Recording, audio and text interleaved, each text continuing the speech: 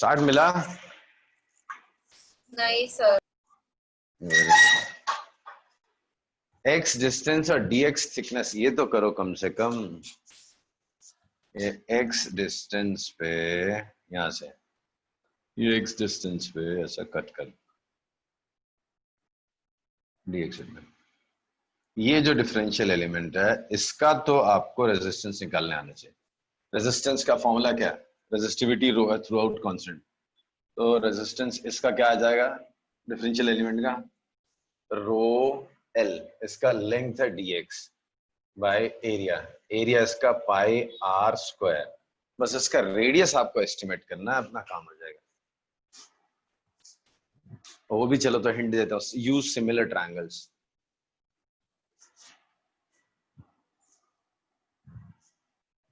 R1 plus something आएगा, इतना कुछ बोल दिया, आप तो बता दो। स्मॉल आर कर देता हूँ, सब कैपिटल आर कंफ्यूजिंग है। स्मॉल आर है, स्मॉल R1 स्मॉल R2 कर देता, capital R is for resistance.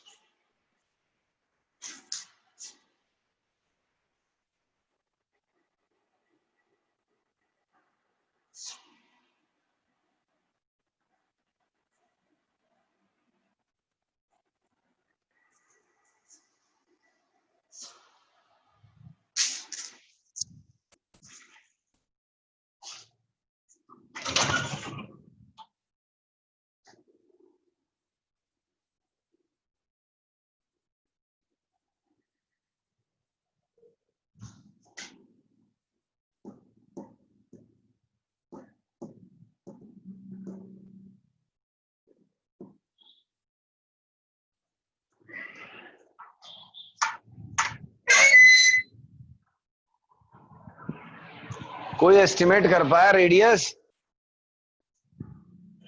Mithilesh,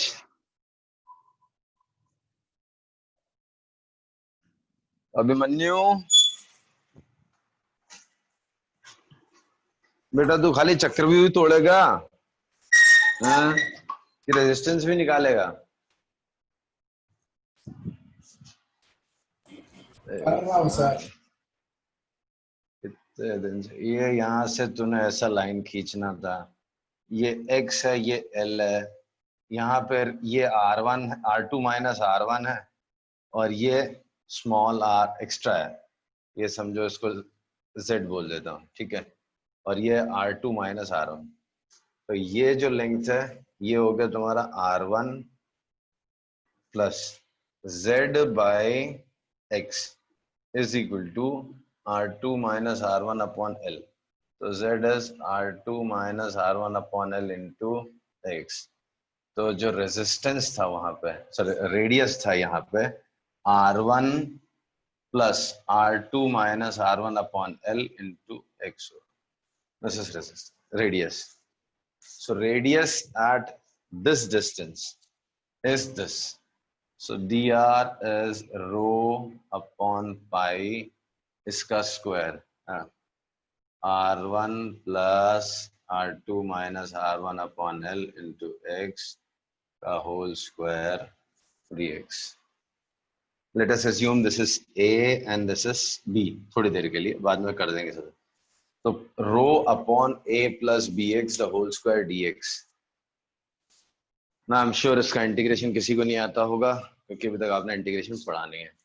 so entire resistance integration of rho upon pi a plus B x का होल स्क्वायर डी एक्स 0 से l।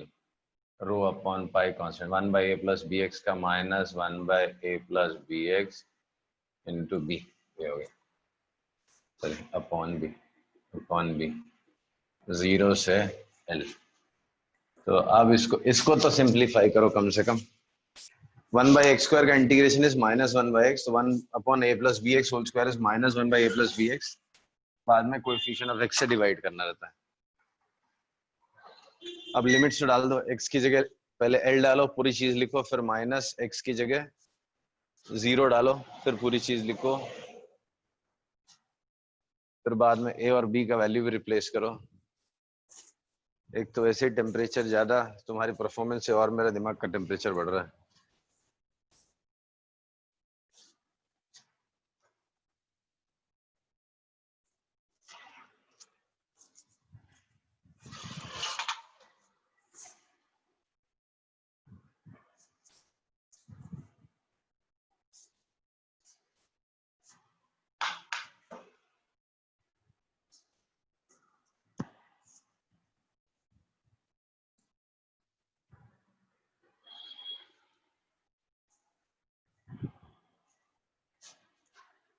सत्यम आया क्या? सत्यम, विवेक? कोई नहीं, पता नहीं कहाँ रहते सब।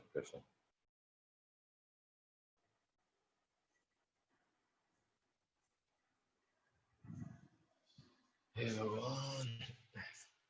एल डालने बोला मैंने, rho upon pi b. L डालोगे तो -1/a+bl हो जाए, फिर 0 डालोगे तो माइनस आना, तो 1/a -1/a+bl।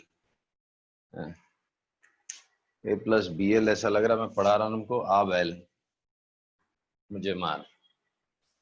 ए और बी का वैल्यू डाल दो। रो तो वही पुरानी चीज है, बी का वैल्यू क्या है? R2 - R1/L। ए का वैल्यू है R1 माइनस, पहले एलसीएम ले लो, हटाओ। ए कट हो जाएगा BL/A+BL। बाप रे, तो बहुत बुरा दिखने लग गया। अच्छा ये बी था ना? हाँ तो बी कैंसिल हो गया, चलो अब अच्छा दिख रहा है। रो बाय पाई एल, ए का value R1 plus R2 minus R1।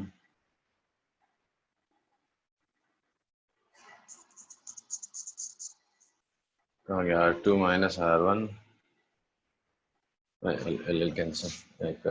अरे तो बहुत ही सिंपल आ गया answer. Rho L upon pi R1 R2। अच्छा, देख लेना कि कैलकुलेशन मिस्टेक ना, किसी तो बुक में एक क्वेश्चन दिया हुआ है, I don't remember the answer. एक बार देख लो, समझ लो, एंड कहीं क्रॉस चेक कर लेना। आ रहा है समझ में ये क्वेश्चन?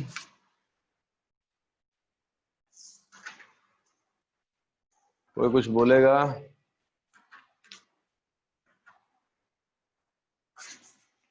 नहीं बोलेगा आज। समझा। ओके, एक बार क्रॉस चेक कर लेना। मेरे को ऐसा लगता नहीं इतना सिंपल आंसर कैसे आ गया, बहुत ही सिंपल हो गया आंसर, शायद होगा यार, मैं आई डोंट रिमेम्बर। सर इस टाइप के क्वेश्चन नीट में आने का कोई चांस है क्या? बहुत चांस है बेटा, ये कोई डिफिकल्ट क्वेश्चन नहीं था, this was a very easy question. तुझे डिफिकल्ट इसलिए लगा क्योंकि इंटीग्रेशन इन्वॉल्व है, हाँ इंटीग्रेशन देख शायद। के तो डर जाता है। तो अभी 12th में इंटीग्रेशन जब ढेर सारा पड़ेगा ना, तो ये सब तुझे क्वेश्चन इजी लगने लगेगा, टेंशन मत ले। समझा? क्लियर है? बताना किसी को, ये आगे बढ़ जाऊं मैं?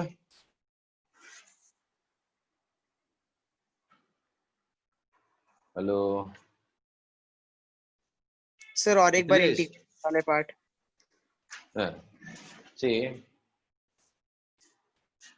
रो बाय पाई जो कांस्टेंट था, 1/x का डिफरेंशिएशन क्या होता है? या छोड़ना, x⁻n का इंटीग्रेशन क्या होता है?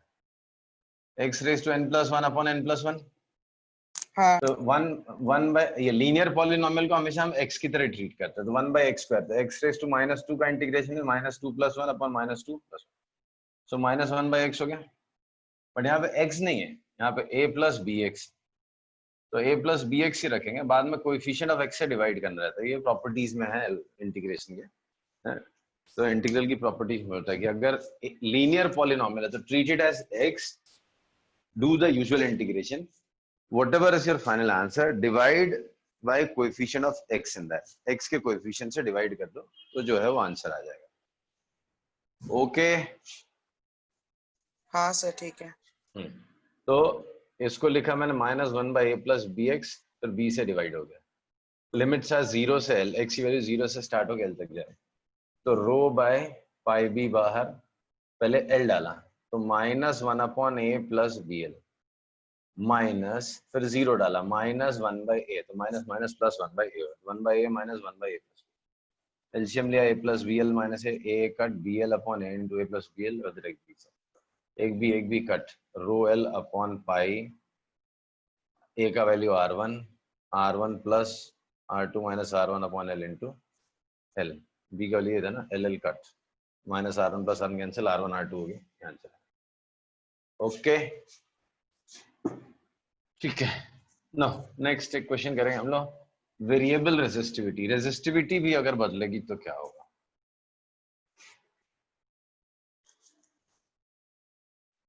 Suppose there's a wire of uniform cross section, cross section through out same है, इधर भी है इधर भी है। रेजिस्टेंस का लेंथ सॉरी कंडक्टर का लेंथ है L, रेजिस्टिविटी जो है इस एंड पे 0 है and is given by formula kx² where k is a constant in ohm per meter. So you have to measure the resistance across the ends. ये आसान है, ये करो।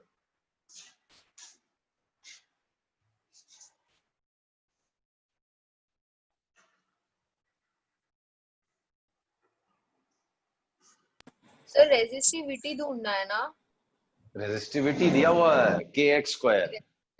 एज स्टार्टिंग में रेजिस्टिविटी 0 है, x का वैल्यू 0 है, और जब आगे जाते जाओगे आप लेफ्ट सेक्शन से आगे बढ़ोगे ना, तो हाँ ये लिखना मेंशन करना भूल गया मैं, वो लेफ्ट सेक्शन से x मेजर हो रहा है, x is measured from left section. Sir मतलब समझा नहीं। देखो रेजिस्टिविटी पहले तो हमने पढ़ी थी कांस्टेंट है। हाँ सर। ये मटेरियल हाइपोथेटिकल है, अजीब सा है, जिसमें रेजिस्टिविटी भी चेंज हो रही है डिस्टेंस से। जैसे जैसे आगे जाओगे रेजिस्टिविटी बढ़ते जा रही है। तो स्टार्टिंग में रेजिस्टिविटी 0 है, यहाँ पे कोई रेजिस्टिविटी नहीं है। यहाँ पे जब x is measured from this end, right, ये x है, x डिस्टेंस पे रेजिस्टिविटी जो है kx²। जैसे यहाँ पे 0, यहाँ गया 1 मीटर गया तो k, 2k, sorry 4k, 9k, ऐसे बढ़ते जाएगा। तो L लेंथ का पूरा वायर है, तो उसका रेजिस्टेंस क्या होगा?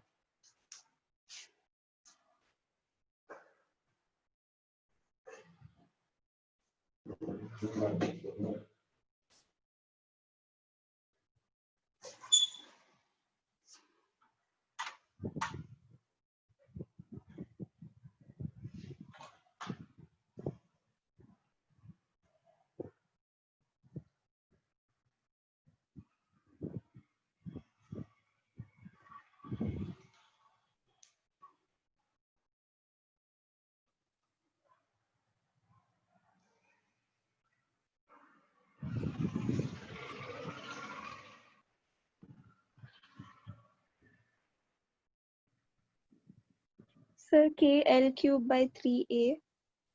KL³/3A सही तो लग रहा है answer.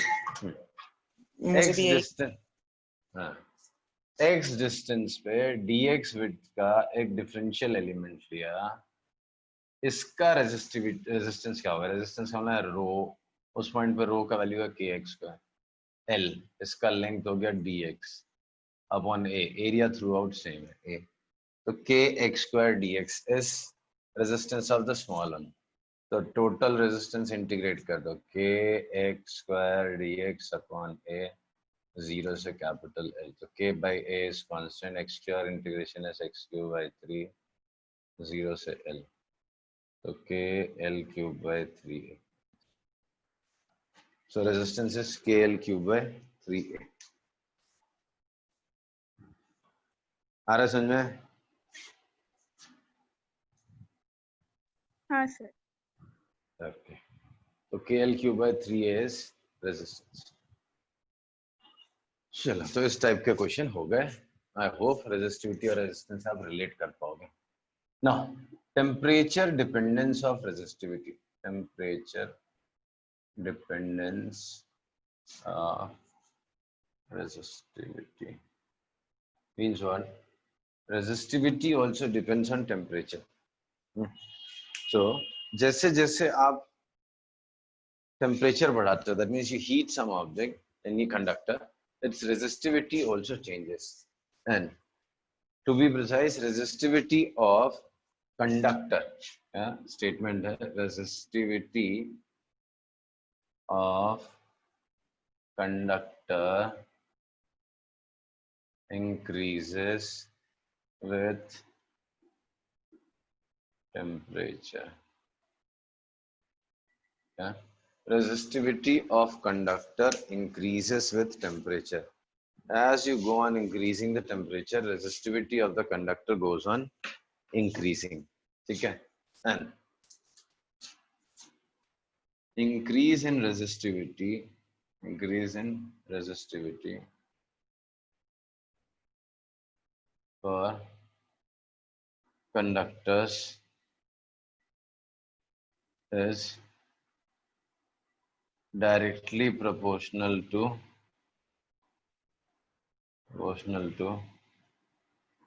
rise in temperature.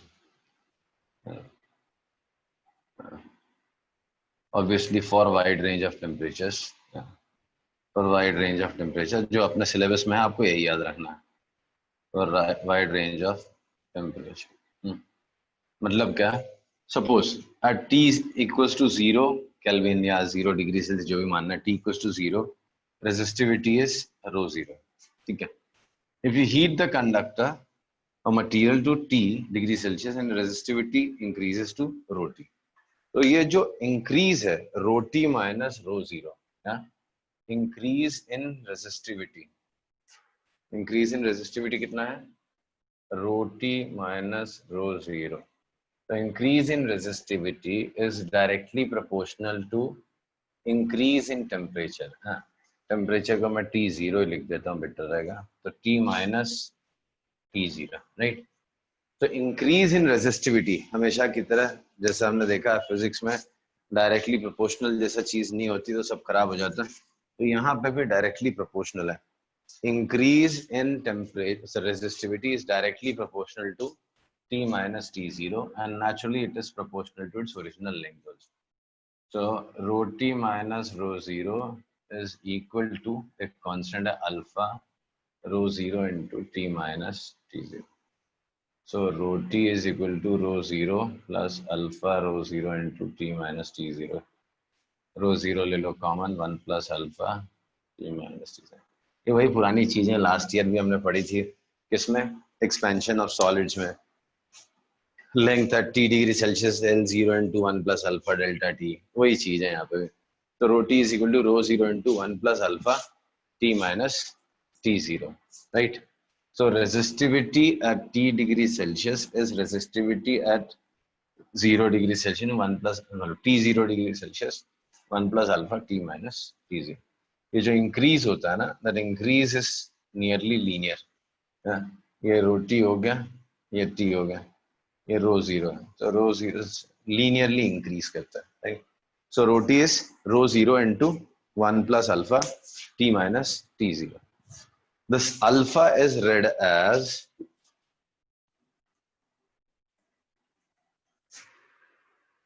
alpha is temperature coefficient of resistivity. Temperature coefficient of resistivity.